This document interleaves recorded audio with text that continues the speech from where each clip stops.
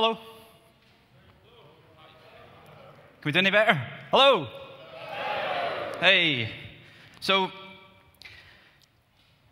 the title of the talk's changed a little bit. It was originally revisiting Microworlds. It's now revisiting window managers. When I originally submitted the talk proposal, I hadn't written a line of code, but I had an idea of what I wanted to present. And I got to work. A couple of months later, as always happens with your own ideas, they kind of take on a life of their own, and it morphed into rather than something like logo, it turned into something more like a window manager. So I have a love-hate relationship with the desktop. On one hand, I love using the mouse. I love the idea of the affordances you get from looking at an interface right in front of you graphically rather than having to explore it as using the terminal. But at the same time, I'm constantly frustrated by the capabilities that modern desktop environments give us. I find them clunky. I don't like the way you interact with things. I don't like the way applications exchange data or don't exchange data, for that matter. So quickly, I want to go over some of the key things I dislike about desktop environments, and then suggest a few maybe improvements that we could implement in the future. So the first one's window organization. It's setting up your workspace. Whenever I start working on a project, you open up your text editor, you maybe open a couple of terminal tabs, you put your browser over to the right or maybe to the left, and then you code away, and then that's all good. You close it down, and you've wasted all this time setting it all up. You've got to nudge the windows about, you've got to take your hand off the keyboard, you've got to move the mouse, and it's all a bit frustrating. So why not treat the desktop as a malleable space? Just rather than thinking about putting windows on the desktop, consider the desktop as being a space that you can bend to your will. So we can literally take a knife through it, and we split it in half, split it again, and split it again. Even if you want to go all the way through, you can just split up the whole thing, and then the whole thing can be resized, and each window you've created can be kind of resized independently. And then you can summon your tasks into here to get your job done. So that's one thing.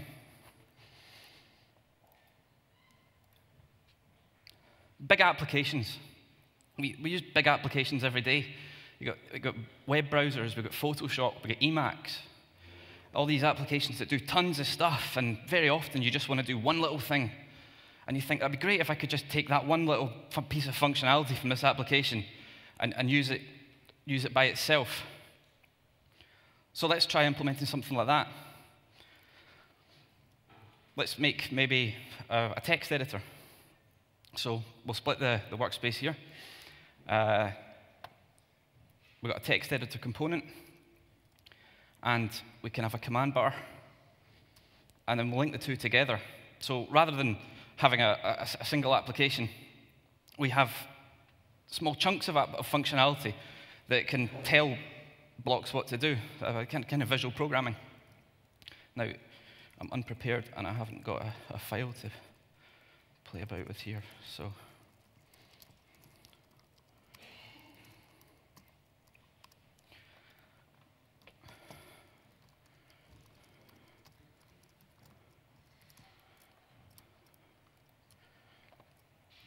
So there we go. We've hooked it up, and now we've taught the application how to load the contents of a file. And what if you wanted a list of your open files if you're working on a bigger project? Again, what we do is we just split the space, and we'll say, well, let's have some history in here, and we'll make the relevant connections. And now next time we open a file, it adds itself to the list. And double-clicking it should reopen it if you hook it up correctly. So there's another example, and we can do something similar. We could replace the text editor with a browser component.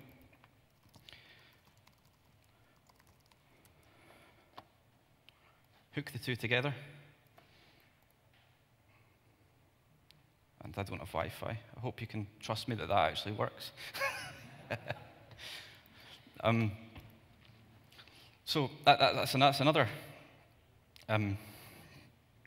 frustration I have with desktops, the fact we can't easily compose chunks of functionality, as you would do maybe on the console or on the terminal. It's very easy to create pipelines, whereas traditionally in a graphical environment, you're stuck with what you've got. Next frustration. Recall. So it kind of ties in with the first point of building up your workspace, but it strikes me as absolutely ludicrous in this day and age that once we've set up our workspace, there's no way of just saying, give me that same thing back.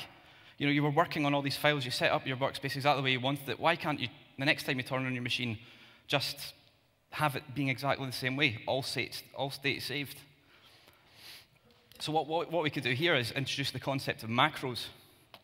So going back to our browser example, we can save that by clicking the Save button. And again, we can split the workspace into 4. And this time we just say, well, give me that. We've got a new macro appeared here. And you could just say, give me that browser back. And we can have 4 of them that all work independently. And if we inspect the way they've been connected together, we see each one's got its own set of connections.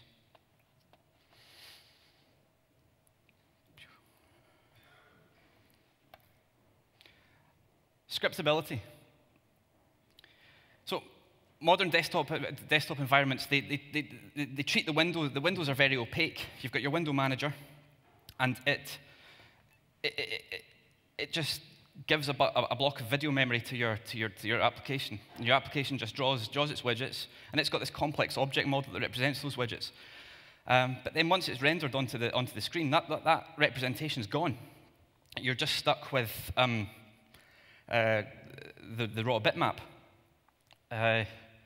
Whereas if the window manager had a greater notion of what these components actually represent, it would be possible to script it through code. So, for example, we can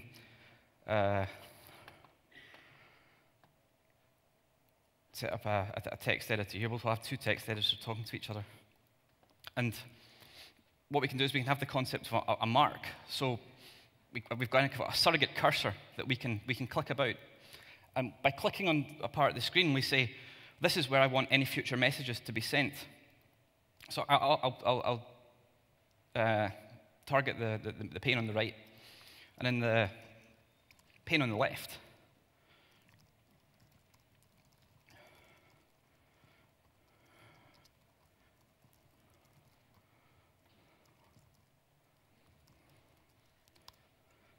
So there you go. So by selecting, by highlighting a system command within the left-hand window and executing it, we've then caused an action to appear on the window that we targeted.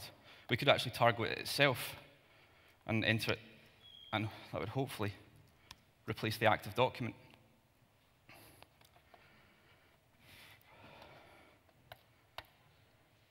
So, reinvention. I mean, we've all seen applications like NetBeans, Eclipse, Vim, and they all re-implement the same things. They've got tabs, they've got file views, they've got weird docking frameworks for moving little sub-windows about. And despite all the work that's gone into these things, they're still incredibly inflexible. If I'm using an instance of Eclipse and decide, well, I want to look at something in Firefox, there's no way for me to inject a Firefox instance in there. So why is this? We should be able to, again, cutting up our area to what we want, and just using a gesture say, well, give me some tabs here.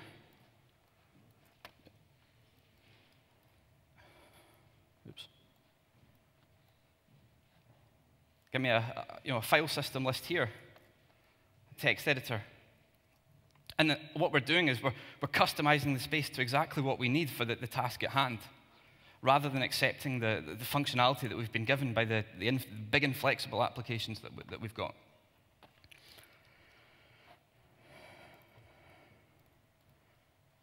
Sharing. So, a common frustration, you're working with two desktop applications, and they're right beside each other on the screen. But you can't get data from one to the other. It's like they might as well be in different countries.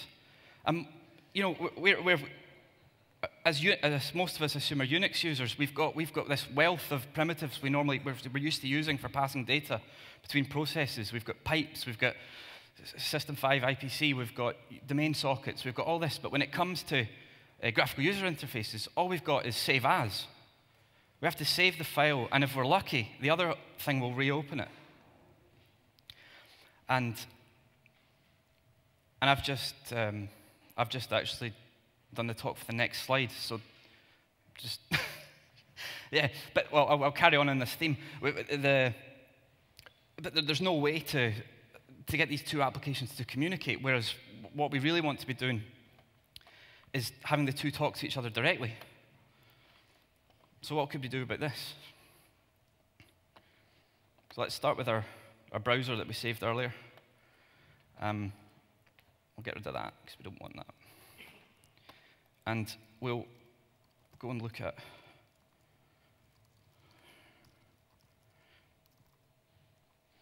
so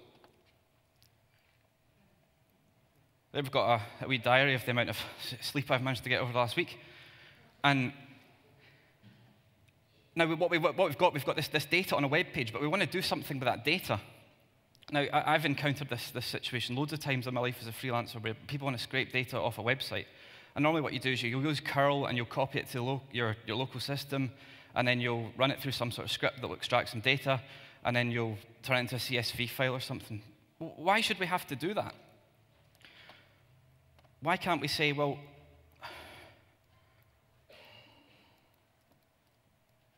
oops.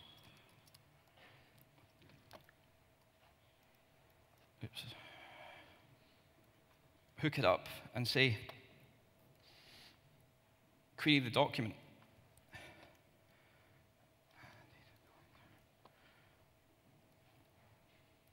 And if we want to get, say, the second column, we could just give it a little query to run. And we go, and then all the data just goes from one process into another. Now you'll notice there that data isn't particularly useful because it's come out as HTML elements, whereas what we really want are numbers. So let's split this up again. Sculpt, something called a sculpt process, which is kind of our general purpose transformer. When one task doesn't issue data in the right format, we can put one of these in the middle. And we just tell it how to change what it gets given, which in this case is a table cell.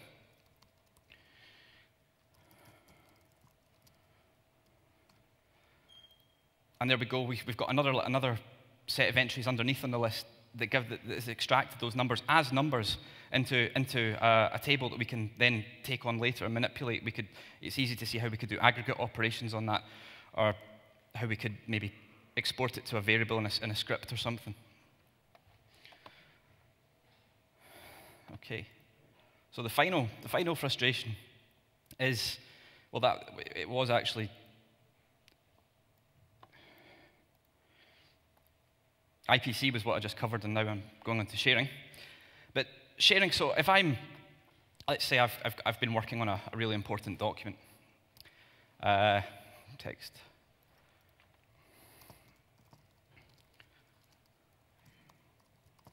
I was up all night writing that. Now, I've written this document. Now, if you want to share this with a friend, there's various ways you could do it.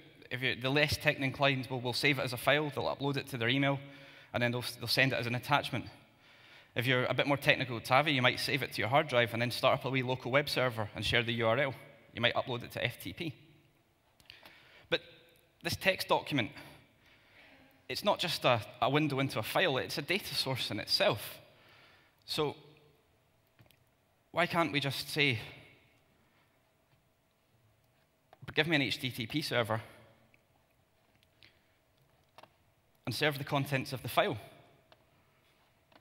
And then if we go and visit it on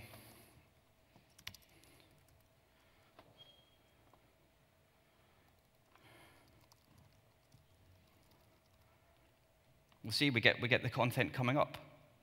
So we haven't had to bounce to disk there. We've just taken our environment and asked the environment to work to our needs rather than us having to work around limitations of the tools that we've been given.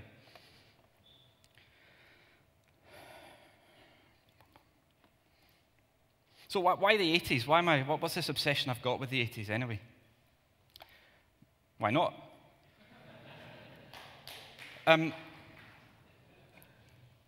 The 80s, I mean, the 80s are mostly known for bad music and worse fashion. But it's also, for me, it's maybe the closing of one of the golden ages of maybe research into experimental programming languages and environments. You know, really the heyday of environments like Smalltalk, Self, Boxer, Oberon, all these environments were all created in the late 70s, early 80s, towards the late 80s. All this amazing stuff that was built that disappeared for 20 years, and now it's starting to make a wee reappearance. And the one I've plundered the most from is Oberon. Oberon's it's an operating system, but not an operating system like we'd probably know it today. It all runs in a single process, so it's really just a kernel. It's single-threaded. It has an event loop. And it manages a bunch of recursively laid out rectangles. That might sound familiar. It's very like a browser. It was all written by two guys, one Nicholas Worth and somebody else. And there's a I don't know his name, sorry. And there's a fantastic book on it there. If you can read that URL, it's the book actually contains the entire source code for the operating system. So it's a 400-page book, but more than half of that is code. But what's amazing about it is how simple the code is. I mean, obviously, they were writing at a time when they didn't have these complicated machines, but there's serious beauty in the simplicity of how it all falls together. So what's the goal of what I'm doing here? I'm trying to create what I've termed disposable ad hoc computational spaces. Sounds like a mouthful. But really what I want to do is I want an environment. I'm not interested in creating something that can be polished. I'm not for a minute saying you could use this to create world-class applications. That's just not the goal. The goal is that a lot of the time you have ideas, and there's all this boilerplate in the way of acting upon your ideas.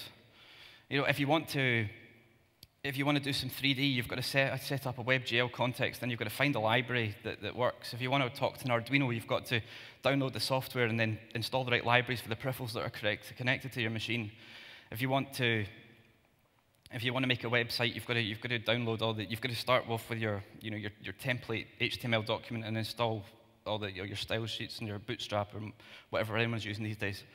Whereas what you really want to do is you want to verify if the idea is possible, if it's feasible, if it's something you want to work on properly, if it's something that's worth going to the effort to do all that work, that kind of ramp up for.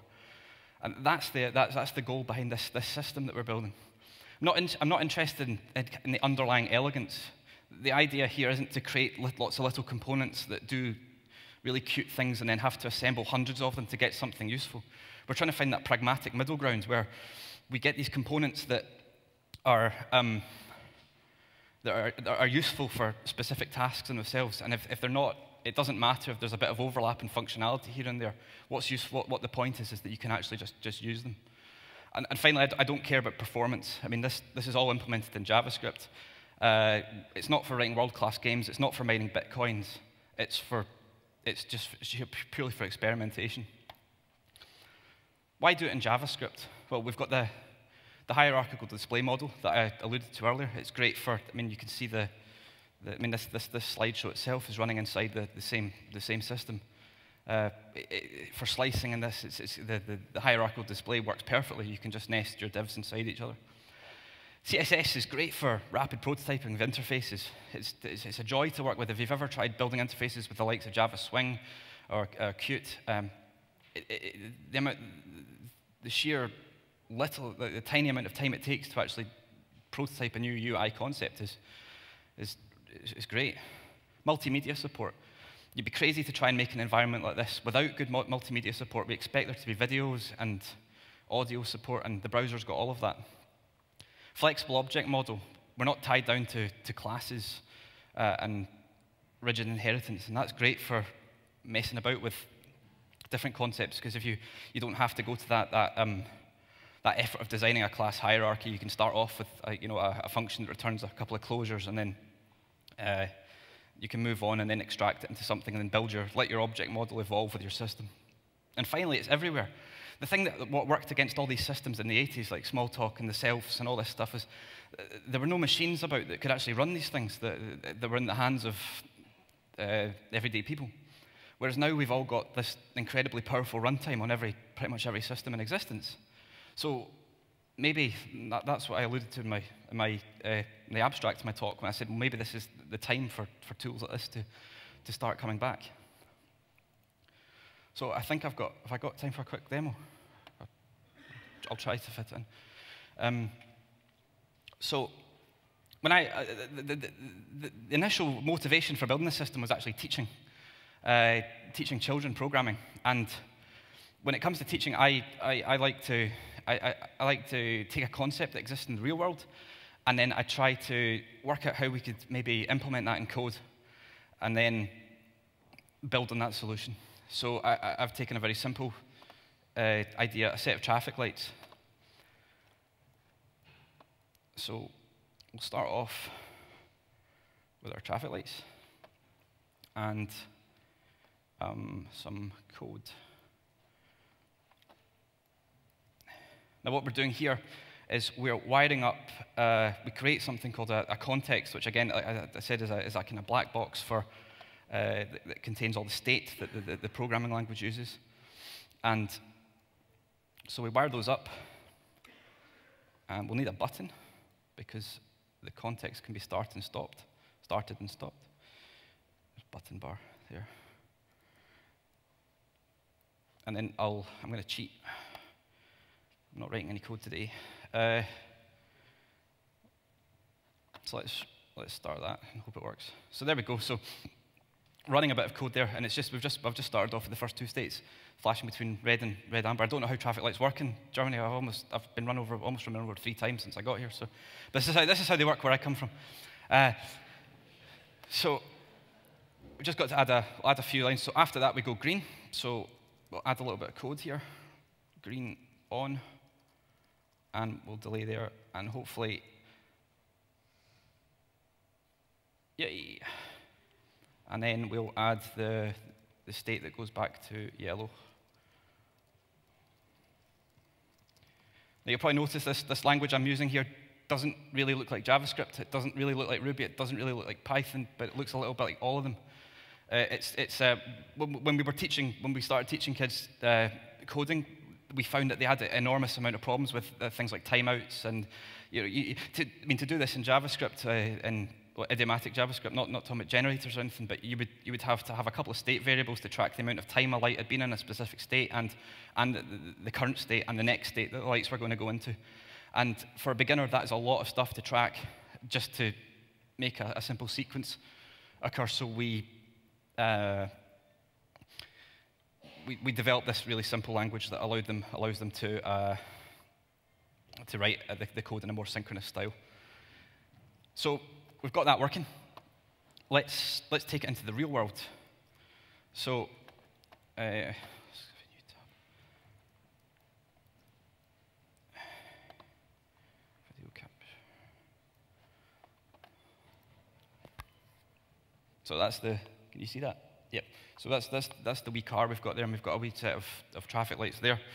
So again, the thing I want, like I said, I mentioned earlier about getting rid of boilerplate. So we've got these flashing lights, and we're quite happy with that. But we'd like to make an effect in the real world. Now, normally, if you want to start integrating with hardware, you've got to find an environment to use. You've got to find you've got to find the right libraries that work with the thing you're wanting to do. And I don't like that.